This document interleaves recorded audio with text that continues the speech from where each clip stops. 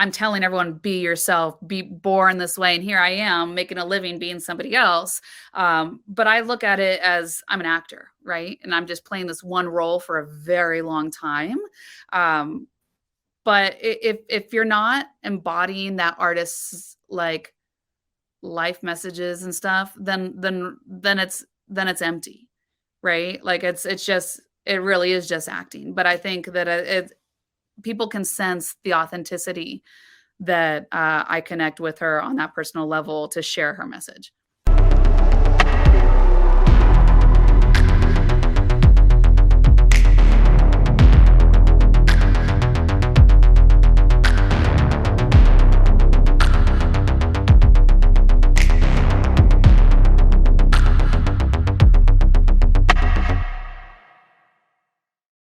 Hello. Before we start today's episode, I just want to let you know that there's a couple audio and video hiccups that happened towards the end of the episode. Thank you for being patient. It resolves pretty quickly. Also, as always, please like, subscribe, and all the other things that the algorithm likes. I greatly appreciate it. And with that, let's talk to Tierney. Enjoy.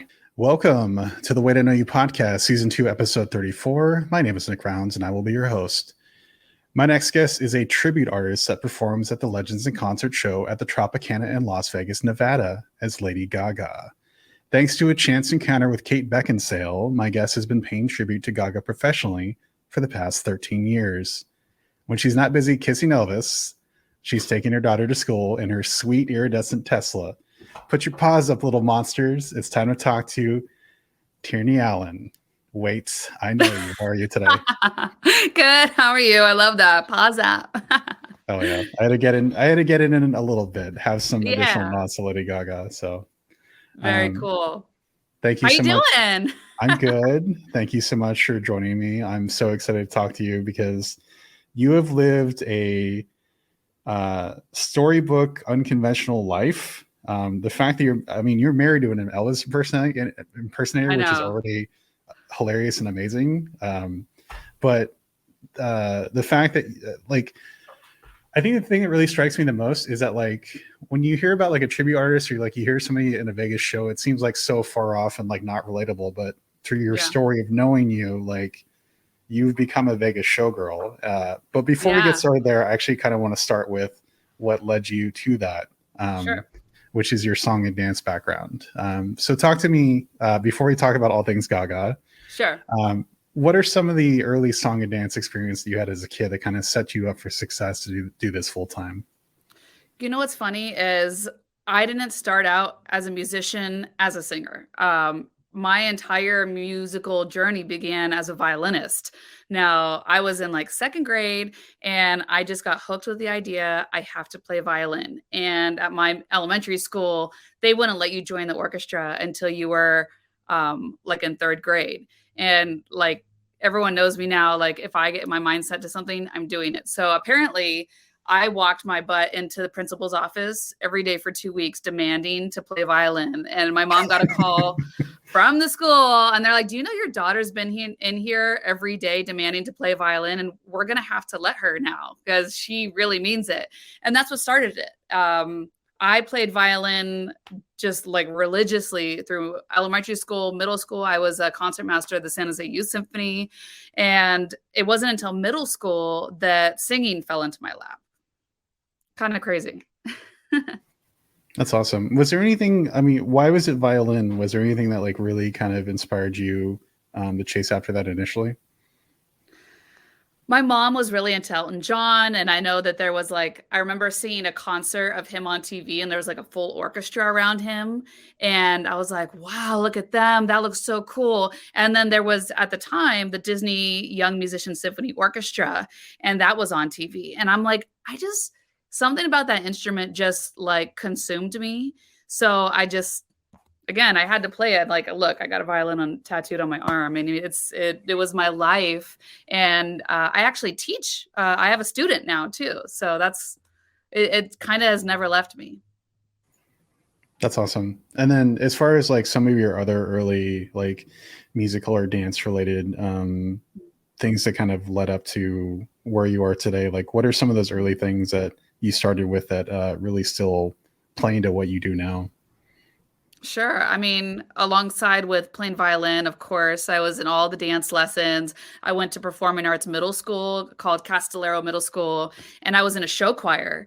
And we kind of like competed like nationally against high schools. So that kind of set me up for whether I was going to make it as a big pop star, singing and dancing on, as a famous one or pretending to be one. Like, and that's why when I fell into doing Lady Gaga, it was it was just not easy, but it just melted together into my life so well because I already had the skills to be able to sing live and dance at the same time. You'd done it so many times that it wasn't really scary anymore. And No, not yeah, at all. yeah. So thinking about all those things that you had to learn as a kid, like all the mechanics, all the routines, all the stretching, is there anything that you did then that still applies what you do today that you still think is super important? You would think that there'd be a physicality element that I brought with me, but not so much, honestly. What I brought through from my childhood experience through now would be visualization. And my mom taught me that when I was a young Scottish Highland dancer. The nights before a competition, I would go sleep in her bed and she'd say, "Close your eyes, and I want you to picture yourself on stage dancing every single move perfectly." And that's going to help you tomorrow. And it always did. I mean, I did pretty well. I mean, as I got older, I wasn't like a champion, but I took that through as a professional in Vegas because I'm literally visualizing Lady Gaga while I'm on stage. I'm imagining her in real time. What does she look like while she's walking? How does she hold her mouth? How does she put her hand up? Little things like that that I think I grew over the years to be able to do it, not just laying in bed with my eyes closed. I can do it right now. Well, I mean, digging into that further, that's actually really, really, really fascinating. So I guess maybe just to skip ahead just a little bit. But as far as like making a routine focus around a Lady Gaga song, like, because you have dancers sometimes with you as well, like from a choreography standpoint, from a look standpoint, like how do you articulate that to other people beyond just yourself? Because that sounds like it's super difficult to like sell that vision that's in your head. Well, I have been spoiled quite a bit at Legends where they take care of the choreography and the dancers, and these dancers here in Vegas are used to being at that caliber of technique that they know, oh, we're doing Gaga today. It's got to be this certain way. So I don't really have to give much direction, but if I were to take on new dancers, I'm hopefully going to be doing some touring next year. I will have to, it has to be stoic, it has to be solid, and really refer them back to Richie Jackson's style of choreography, which is just uh it's hard to explain. You just have to see it, and if you don't have it, then you're not one of Richie Jackson's dancers. I was just gonna say, is there any way that you could articulate what makes a Richie Jackson dancer different than other people? It's That like he has a lot of just very like isolated moves, very, very strong, very straight faced, statuesque. I mean, when I saw the Chromatica ball this last year, they've always been solid, but there's something like otherworldly about the way her dancers convey themselves on stage, And if I can audition and bring that style onto my stage, oh, that would be so cool. um, I guess since we were talking about it already, like, is there anything else as far as like the elements of Gaga like that you just mentioned that really, unless you're a hardcore fan, you wouldn't really know or notice? Like, what are some of the elements of Gaga that like the back of your hand that you've incorporated in your show, like that, like the dance style? Are there any other things like that are like relevant to? Oh, for sure. Yeah. There's two main things that I always have to hit when it comes to doing her shows, and the average person wouldn't know, and they might be even annoyed by it. But one thing is you got to scream at the audience, and a lot of times it's put your fucking hands up, And I mean, you can make a drinking game watching Gaga do a show. How many times she says put your hands up or you get up and dance. So you're yelling at the audience. I have to do that. And then the other thing is at some point in my set or my show, I always try and convey a message of kindness and love and acceptance for everyone and equality. She always hits that. And bringing the audience into my space and reminding them that Gaga is not just this weird, avant-garde artist, but that she has a heart and a soul and cares about humanity. I think one of my favorite clips of her ever is where she's like mid dance, and she's like dancing along to Poker Face, and she's like, "It's Poker Face, get up! Why are you sitting?" Oh Just yeah, yelling at the audience the whole yeah. time. That was like the Monster Ball. You see her, and she's like, "I'm." Oh, I think it might have been Telephone. I'm singing Telephone. Get your fucking ass up and dance.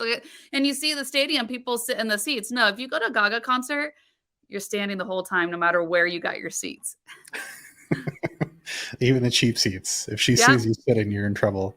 Yep, get your ass up. That's hilarious. I apologize if there's construction noise in the back. Just the joys of living in Seattle. Oh. But so walking back a little bit, you mentioned something that I think is really interesting that a lot of people might actually know about, which is Scottish Highland dancing, which is different than folk dancing, which I just learned seconds ago before we started the interview. Yeah. Can you talk to me about what is Scottish Highland dancing? Why is it different than folk dancing? And like, what are some of the types of things you had to learn to excel at that? Absolutely. Scottish Highland dancing and the folk dancing or the country dancing. Highland dancing, it was brought up by the Scottish military in the Highlands as a form of calisthenics, that they would, for agility training and strength training, because it's all jumping on the balls of your feet. Every dance that you do tells a story, because they were very superstitious and traditional. So things like the sword dance, everyone would be drinking and partying the night before a big battle, and they'd pull out the swords, you dance over the swords, you kick the sword, then it's a bad omen for the day's, battle ahead. So that's where that's at. And only men could do it back then. Forget women. It wasn't until much later that in the Aboyne era that the women could start doing dancing, Scottish Highland dancing, and it was still nowhere near the physical athleticism of the Highland dances, like the fling, sword, chanteuse. But when you compare it to something like the folk or the country dancing, that is more of like a social dance that you would do like at a ceilidh. If you like, there's like, I think they're called strip the willows and stuff like that. And you could go to a Scottish pub like in Scotland, and even today, and the Celtic band will say, "All right, everybody up for Strip the Willow," and just everyone knows it. I think they even learn it as PE in Scotland. So maybe they learned some Highland dancing, but I guess the biggest difference is what it was used for: social versus athleticism. And Highland dancing nowadays, it's hardcore. Like if you compared back then, it was just like kind of jumping. Now it's like you have to do plyometrics, you have to weight train, you're on it. Your thighs are like rock hard, and so it's just different. I fell into it because my mom was studying our family genealogy and discovered way back somewhere we have some Scottish heritage, and we went to Scottish Highland Games, and I'm like, I want to do that. I can do that. And she's like, I don't think you can do that. So it kind of started as like a bet with my mom or so, because I was only a ballet dancer at the time. And I jumped right in and I started competing and started doing really well straight away from the beginning. And it just became such a great part of my life, very social, great way of exercise. And it just stuck with me. And I became a teacher later on when I turned about 21. I taught in San Jose, one of the biggest schools in California. That's awesome. Yeah, that's another thing too, is that you're natively from the Bay Area. Shout out. Yep. I hate San Jose. Even though you're a Vegas resident, always got to bring in people from the Bay Area onto the show. For sure. Is there anything else that well, you mentioned that that usually occurs at the Highland Games. Is there any other venues where you typically would see that type of performance or competition? And is there any other things that made you really appreciate that dance, especially for doing it so long, especially now from not really having done it for quite a while, like professionally? What are some of the things that you appreciate from that time? I think now that I have a daughter, I'm bringing it back into my life as something for her to do, because it's so good for just coordination and agility, strength, and just something. Being a white American girl, we don't have very much culture, so it gives me an excuse to have a little bit of culture. And And funny on that, if I mentioned when I went to go visit Scotland and I went out partying at a bar and I hung out with this Celtic rock band, they could not believe an American was doing Scottish dance. And they're like, why would you do that? You're American. I'm like, because it's my heritage. So like, you're not Scottish. Like maybe, 100 years you were, it was just funny that the Scottish people couldn't understand why I would do that. And it's because as a white American woman, I have nothing to grab onto. I feel like a piece of like white bread toast, so having my daughter just gives me an excuse to bring just a little bit of some kind of culture, an excuse to teach her about other places in the world. And this is how they dance. And, yeah, so it's come back like that. And she's oddly good at it too. Yeah, so it's been fun to watch her grow. The apple is not fall far from the tree. I mean, Yeah. her dad is a singer and dancer as well, which is awesome. Actually, yeah, it just, again, hilarious that you're married to an Elvis impersonator. But I know. I mean, it couldn't have been more perfect the way, I mean, when I met him, I had just like sworn off men for life. I was like, I'm done.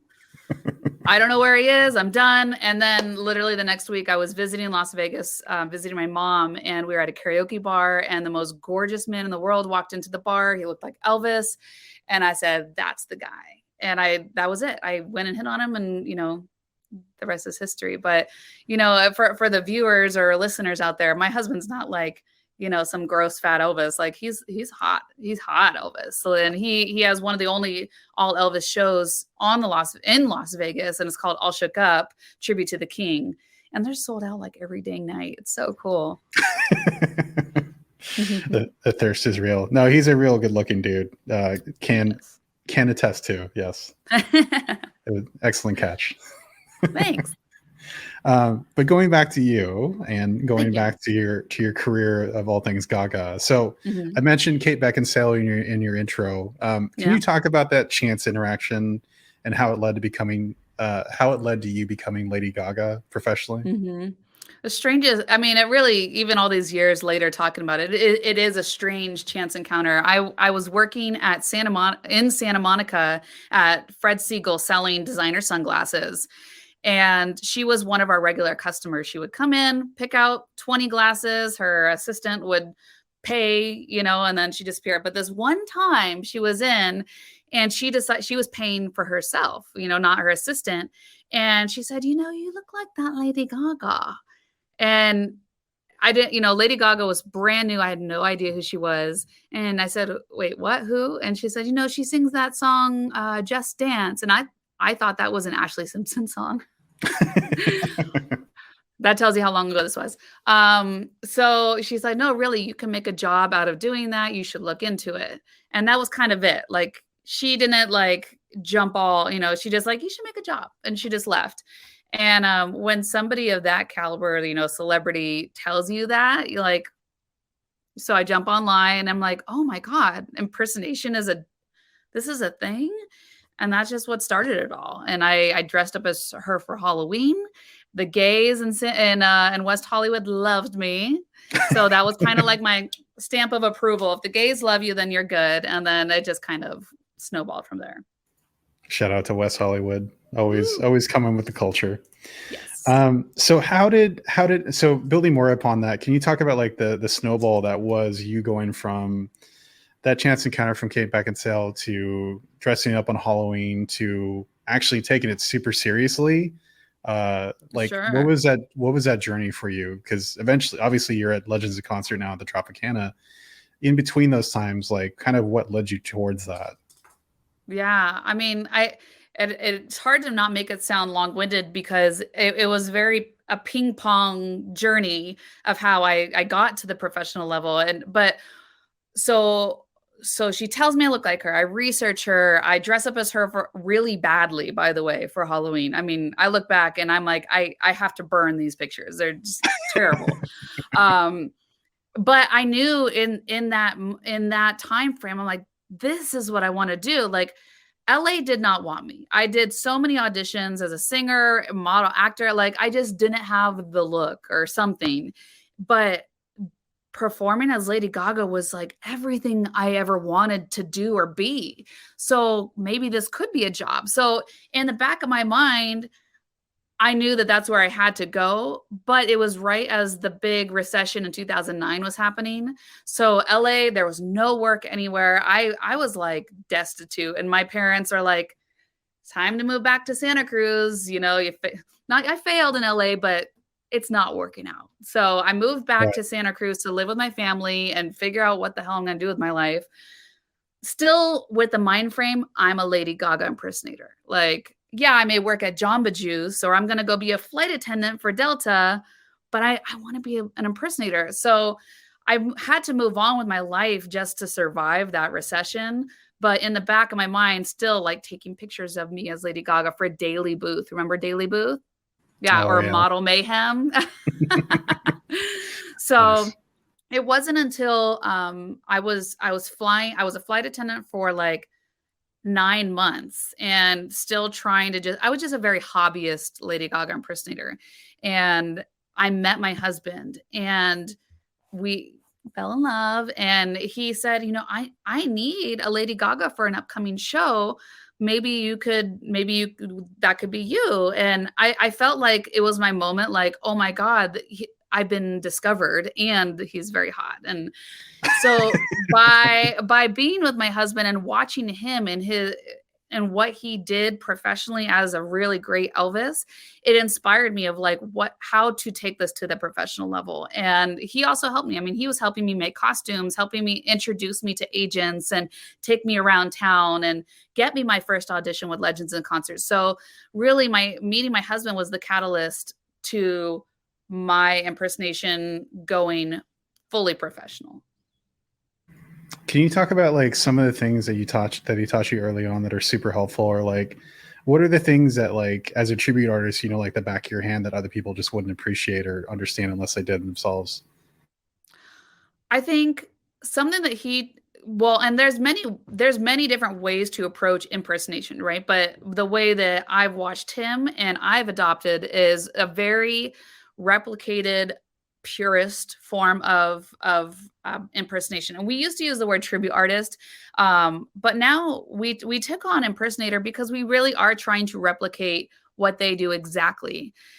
And I'm not trying to put my own little spin on it. So he taught me that. He said, if you're going to wear Lady Gaga's yellow wig from the Monster Ball, you need to wear only those costumes with that yellow wig. You can't just throw on a blue wig and a black leather costume and put some glasses on it and call it Lady Gaga. No, you need to make sure that everything is chronologically correct for that illusion to sell to the audience. And it's so true. I've over the past 13 years, by being the most exact as possible, that's why things like my getting mobbed on the Las Vegas Strip, everyone thinking I was really her, is because it all lent to the illusion. The perfection that I put into it sells it to people. Do you want to dig into that about all the wacky times that people have thought that you were Lady Gaga, like around Vegas? Oh, for sure. Yeah. Well, so early on, I think a lot of really good impersonators do this in the beginnings of their careers just to kind of test the waters. And so what I would do is I would dress up as Lady Gaga and go down to the Strip, and not like Fremont Street. Like if I knew she was in town, I went to the MGM Grand and I would just go have drinks. And because people knew she was in town, people start asking me questions, and all of a sudden, like one person turns into 5, 20, 50 people. So that one time people were literally standing on top of slot machines trying to get to me and take pictures of me. And I was terrified. I'm like, I'm not her. I'm not her. They're like, yeah, right. That's what she would say. I'm like, oh my God. Like people, and that's the thing. I may not actually look exactly like her, right? But people see what they want to see in that moment. And especially when all the lights and cameras are telling people that it's her. So I ended up having to get a full security escort out of MGM Grand underground. And they thought, what suite are you in, Lady Gaga? And I'm like, no, I'm not her. Please take me out. And they're like, oh shit. Okay. And they took me underground, got me back to the parking structure. And I went back to my little Honda Civic, and that was that, So I got to see what fame could really feel like, how overwhelming it is. I got to feel a little bit of the love from the fans. People were crying, saying that I changed their life and I saved them. And I'm like, wow. So, understanding where Gaga's coming from, that's a lot to experience. No wonder fame can just take a toll on people. And I feel very lucky that I can live in that moment, but I can take it all off and go back Yeah. to being just a mom, you know?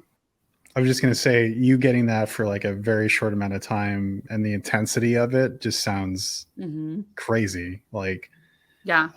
and then being able to appreciate, like, I'm still a normal person that can just be another mom, another person that works, has a job, and is not going to get mad by people. But yeah. Yeah. Well, and one other time that this happened, I mean, I stopped doing that, right? So because I realized, oh, this actually could be potentially dangerous. So I thought that was funny. Then it happened and I stopped doing that. And actually now, because of this next incident that happened, I had to change all my contracts for my clients. So what happened, this one like women's convention speaking event, they hired me to give out an award.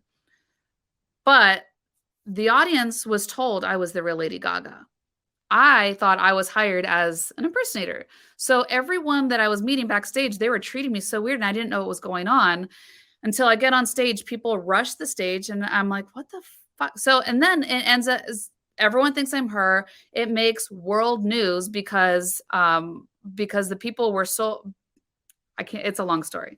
People were told that I was her. Then they find out that I was not her, and they were absolutely outraged. The client, I don't know if she did it maliciously, but she thought it would be funny, I think. And then it's not funny so now, anyways, made world news. It was on Access Hollywood. It was on Billboard. It was, I mean, the big mix up, and my first worry is, what are Gaga's people going to think? Are they going to get mad at me? Did I say that I was her? No, I did not. It was all up to the client. So now going forward, all my contracts say that, and they have to initial it, that you will not mislead your guests or clients that I am the real Lady Gaga.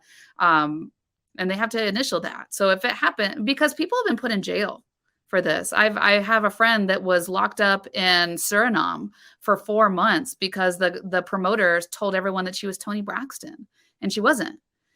So it could be very dangerous. And so now to protect myself, I had to change that. It's smart. I mean, yeah. And I guess that's another thing that people don't really understand or appreciate, especially as an impersonator. Like, where is the line drawn, and like, why is it so important to have those boundaries? So yeah.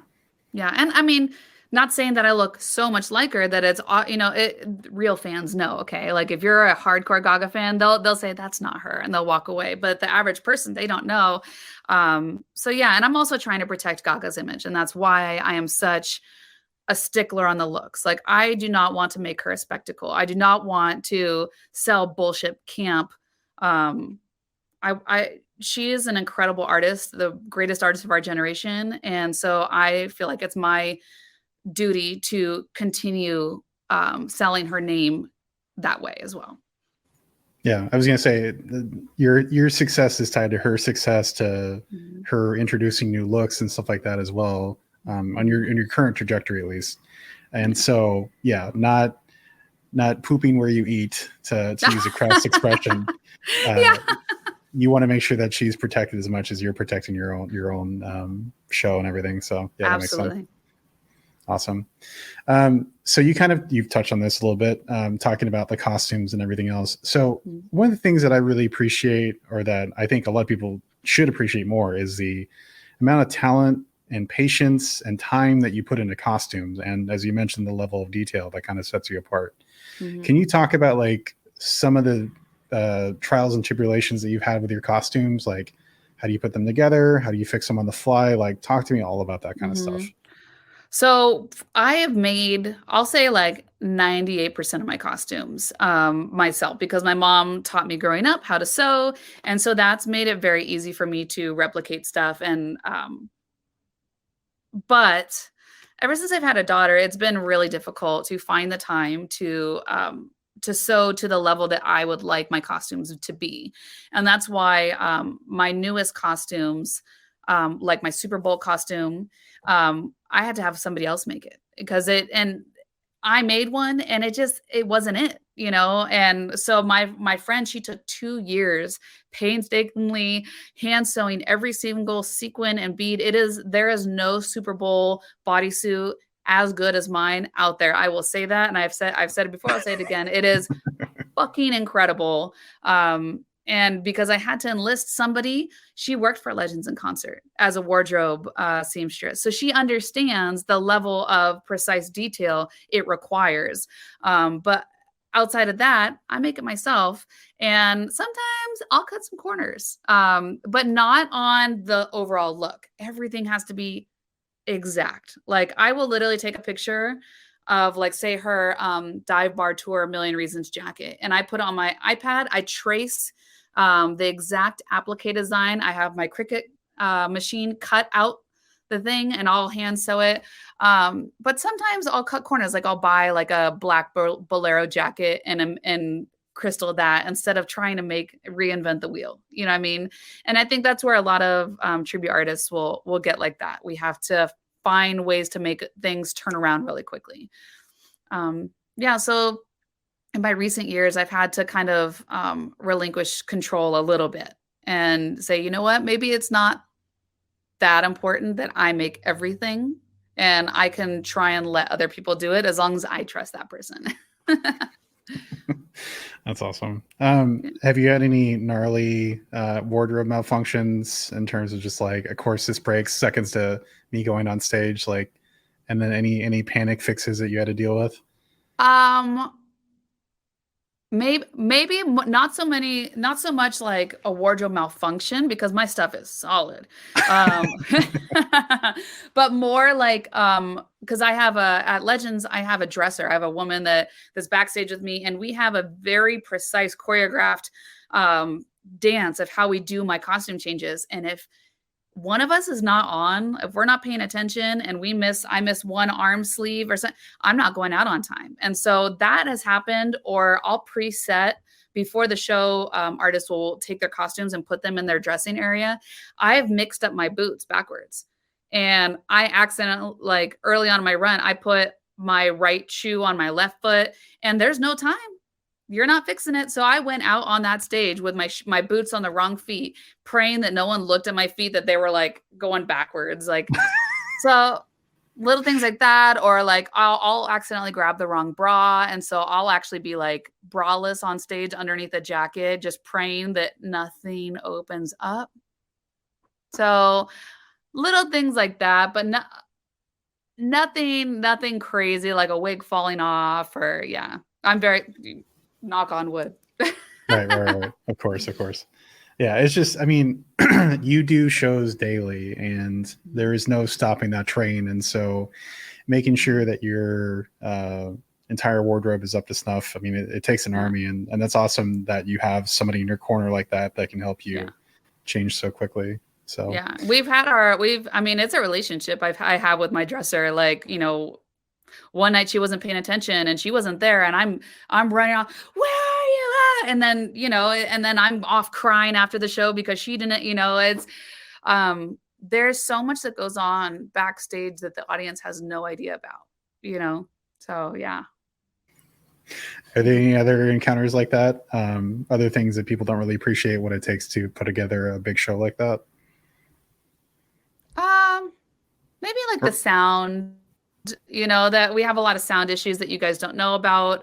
In the big theaters, we wear what's called in-ear monitors, and you have to dial in all the instruments, the musicians, into your ears just right.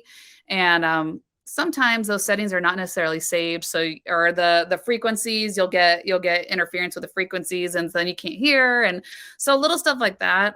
Like say the audience watching, if you see somebody pull out their ear like this, it's a bad sound night because they can't fucking hear.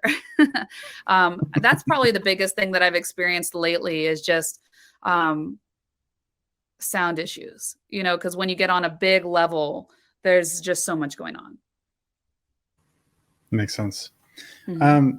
So in your time of doing Legends in concert at the Tropicana, like what has been the crowd response to that, like in your shows and performances, and like what have been some of the most satisfying moments from interacting with the crowd or just talking to them after the performance?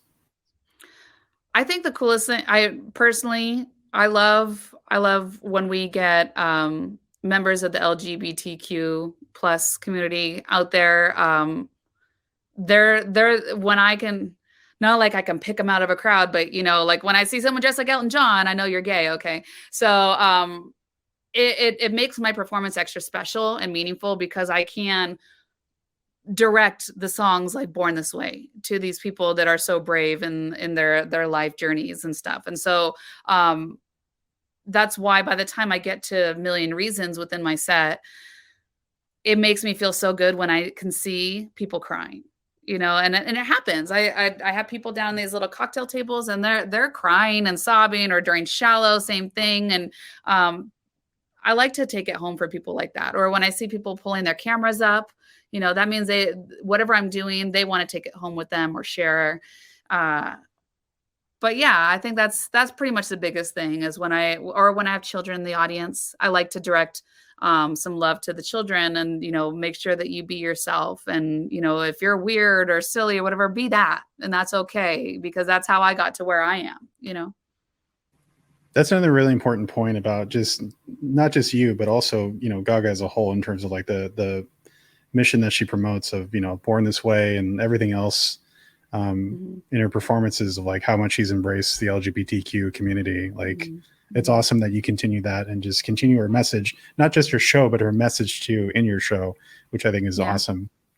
I think it's really important that it's not, you know, and it is very contradictory, right? I'm telling everyone, be yourself, be born this way. And here I am making a living being somebody else.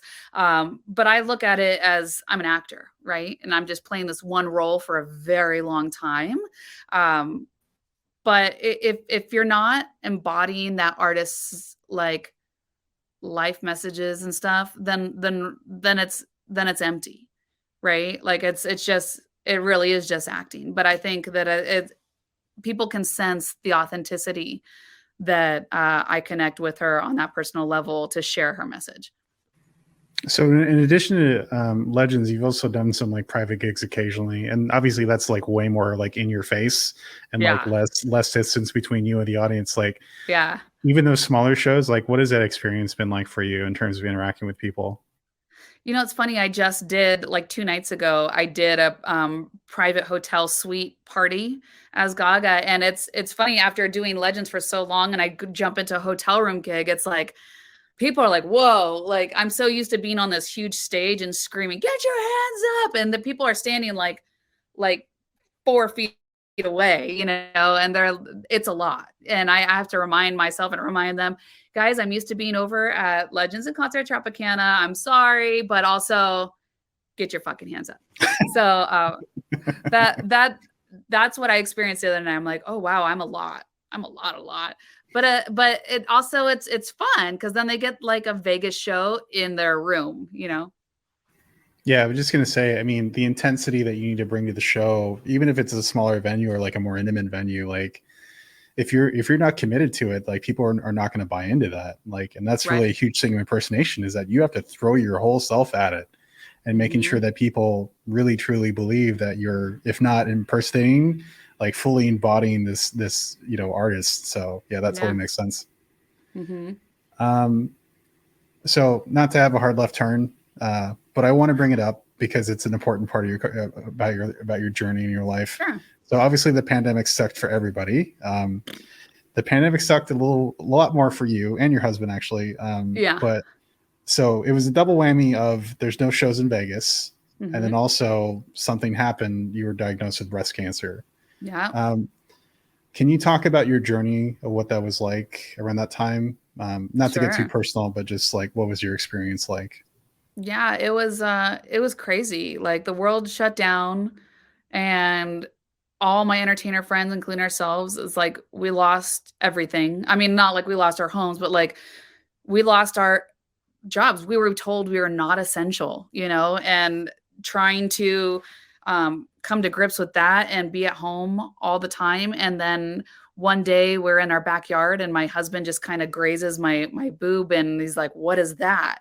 And I'm like, "No, it's nothing." And just kind of brush it off. And then we decide, oh, maybe I should get this looked at. But pandemic, lockdown, what are we going to do? And so long story short, my OB decided to open up her office just for me. Finds it. Within a month, I was in chemo. It already advanced to stage 3 breast cancer. Like, hello, I'm only 30 at the time. I was only 34 years old. How is this even possible? And it's because we don't have proper early detection for younger women. Young women are getting breast cancer left and right. And they're not being screened because we think of breast cancer as an older woman disease, and it's not true. Yeah. So it really felt like the world was shitting on me and my family. It just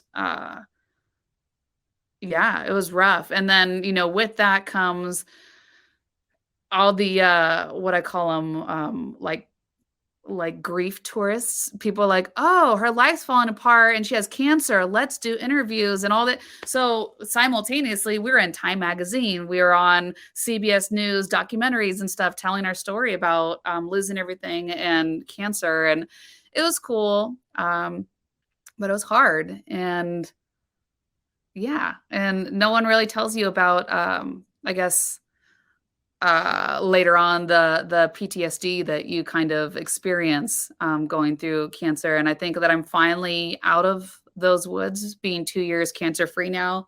But yeah, I think. Congratulations. Thank you. But other than like this, like day to day, I pretty much don't talk about cancer anymore. Yeah, I mean, yeah, being a grief tourist, as you put it, I think that's something I definitely want to shy away from. It's more of like as you mentioned, you were very young when you were diagnosed, and we're somewhat close in age. And like, to me, a personal journey of somebody that's experienced something that nobody else has experienced, or maybe they might experience in the future, I think that's an important story to tell. And I think, as you mentioned, the world shitting on you. I'm not here to focus on that. God damn. Like, it was like, what else you got? Seriously? And then people in my family dying left and right. It's like, let's I think can we have a couple good years here now, please? Right. Thank you. Can we have a break? Yeah. And we're still have not, I don't even know if we've reached that yet. We're just kind of like trying to come back from what was there before. But yeah, I feel that.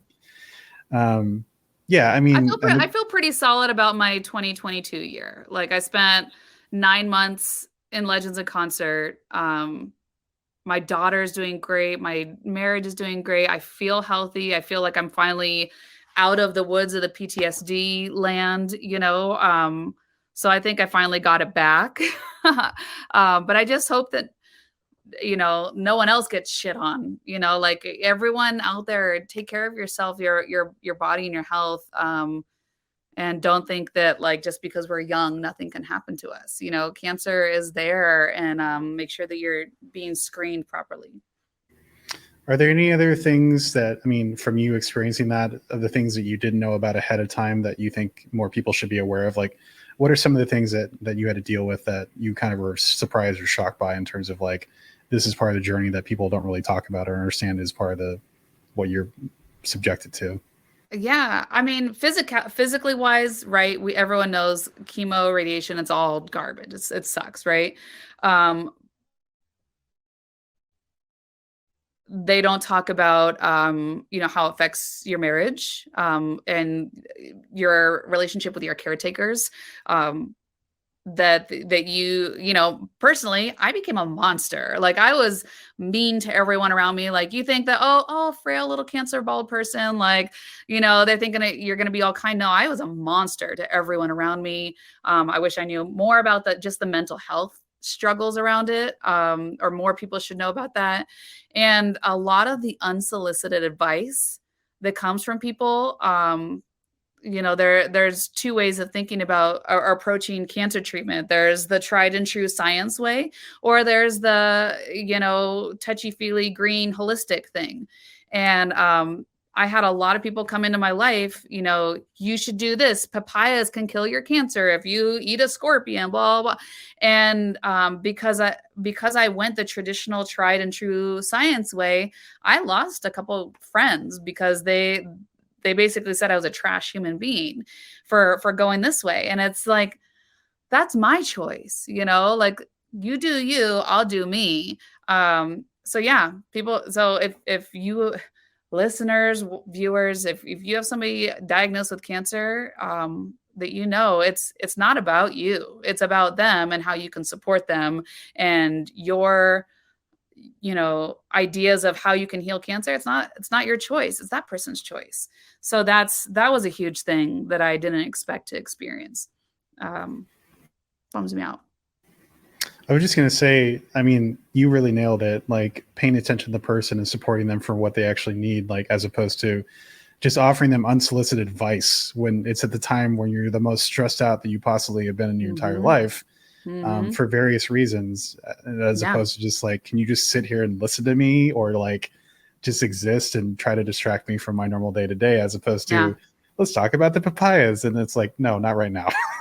Yeah, no, not at all. Or sending like backhanded memes of like I don't know. It's stupid, but I if it weren't for my husband and my parents as my caretakers and supporters, then I wouldn't have gotten through it. And they were absolutely all fantastic, and none of them offered awful unsolicited advice. It was people online, it's always Instagram people. But when we go back to the idea of the grief tourists, that's how I went big on TikTok.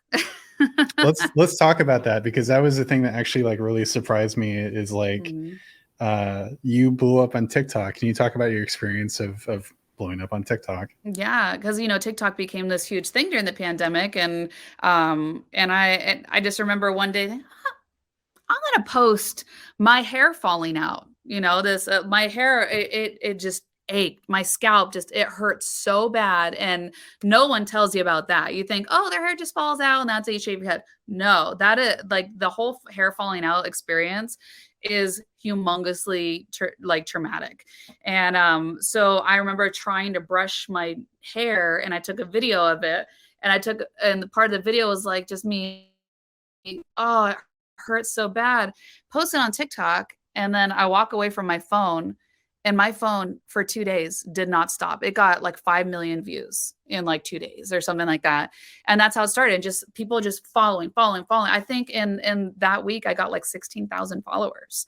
It was, because people, I don't know if they like to watch somebody hurting, or it makes like, it's again, I don't know what it is, but you know what? I took that opportunity to capitalize off of them liking my shit. And I'm like, I'm a TikToker now. So, so I just decided to utilize that small following and actually start writing content, and I figured out the algorithm with the help of a friend named Erin Darling, who kind of cracked the code and shared kind of like a workshop. And I'm like, this is not that hard. If you want to dedicate yourself to quality content creation, you will be rewarded. And that's where I'm at, is little 74,000 followers.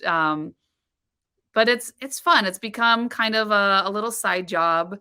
And every now it's funny because now I'll pepper in little cancer bits and they don't do well. People like the Gaga stuff. I changed my niche. Good. That's awesome. I mean, and that's another thing too to like really stress is like, just because you had cancer doesn't mean that your entire personality is now cancer. It's, you as a person surviving and getting past it. And what is your life become after that? And that is the goal and the vision of anybody that's a cancer survivor, is like, what do you get to do after? Like, what are you thankful for? Yeah. And so reaching that changes a lot of things. Something, there always has been a stigma with women in aging, and women aren't allowed to age. And so many people I know don't like sharing their age and stuff. And I tell them, how lucky are you to have a birthday? And they just don't get it, because they haven't lived through cancer to be grateful for having another birthday. Like every birthday now is huge for me, because I know what it was like to maybe not have another one. I remember being so sick. I'm like, I'd rather go than live through this awful treatment. So yeah, it changes your perspective on life. Um, and then also, along with TikTok, in addition to your own personal account, you've also launched Legends. You've helped launch Legends TikTok as well. What has that experience Yeah. been like? Not only selling that to the people that you work for, but also your coworkers as well. That's been fun. The divas, so with the divas lineup I was in, it was Celine, Cher, Adele, and myself, all crammed into one dressing room. And as you can bet, there was some drama. And I was there to film all of it. It was, and they would tease me like, "Oh, what are we filming today? What are we filming today?" And but it was so fun because they were so often ready to just like do whatever I like put together for them, and they got TikTok gobbled it up. They loved it. Everything hit, everything did well. I got the account, I think, up to like 14,000 followers. And but now that I'm not in the lineup, I do find it hard to remember to run the account because I'm not an active person on it. But it's funny you ask about that, because today I'm going to the Legends office to be filming the Elvi, all the Elvis guys in the Legends show, and trying to create drama with those boys and film it and make it palatable for the TikTok audience. And now I know that what the plural Elvis is, thanks to you. That was Elvi.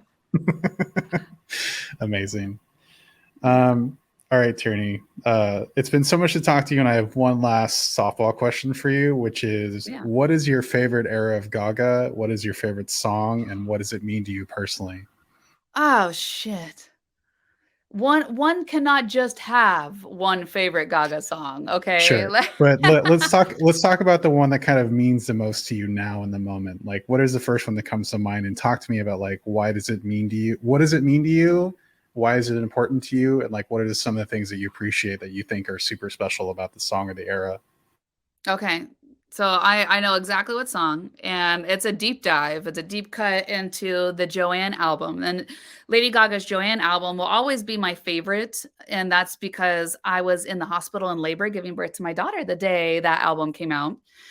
But specifically, one song on that album called Angel Down. It is a song that Gaga wrote after the Pulse nightclub shooting. Why is everyone stand around? When these shootings are happening, like nothing's changing. And the words, I mean, I got chills just thinking about the song. And I love to perform it because it's so dark, but it's also so relevant to right now. I mean, even though this album came out 6 years ago, these shootings are still happening, and in gay clubs. I mean, like, my daughter just started. I'm going on a huge tangent. No, My please daughter do. just my daughter just started kindergarten, and right like a week before she started kindergarten was the Uvalde shooting. And I'm like, how am I supposed to send my daughter to school? Like, no one's safe. No one's safe. My daughter, like, the one place my daughter should be safe is where she's going to school, and that's not even safe now.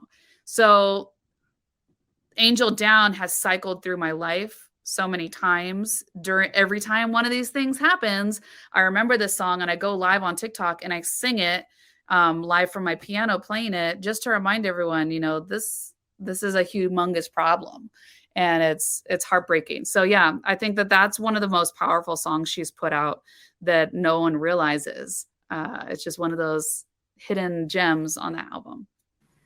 Yeah, I should say, so this is our Thanksgiving episode, but we were filming this the week that the Club Q shooting in Colorado Springs just happened, which makes that song even more relevant, unfortunately. And just like with every song that kind of ties into civil rights or any ongoing issues, it's unfortunate that the past is prologue, that the things that we hope to overcome or get past or be better for, like, are still unfortunately relevant.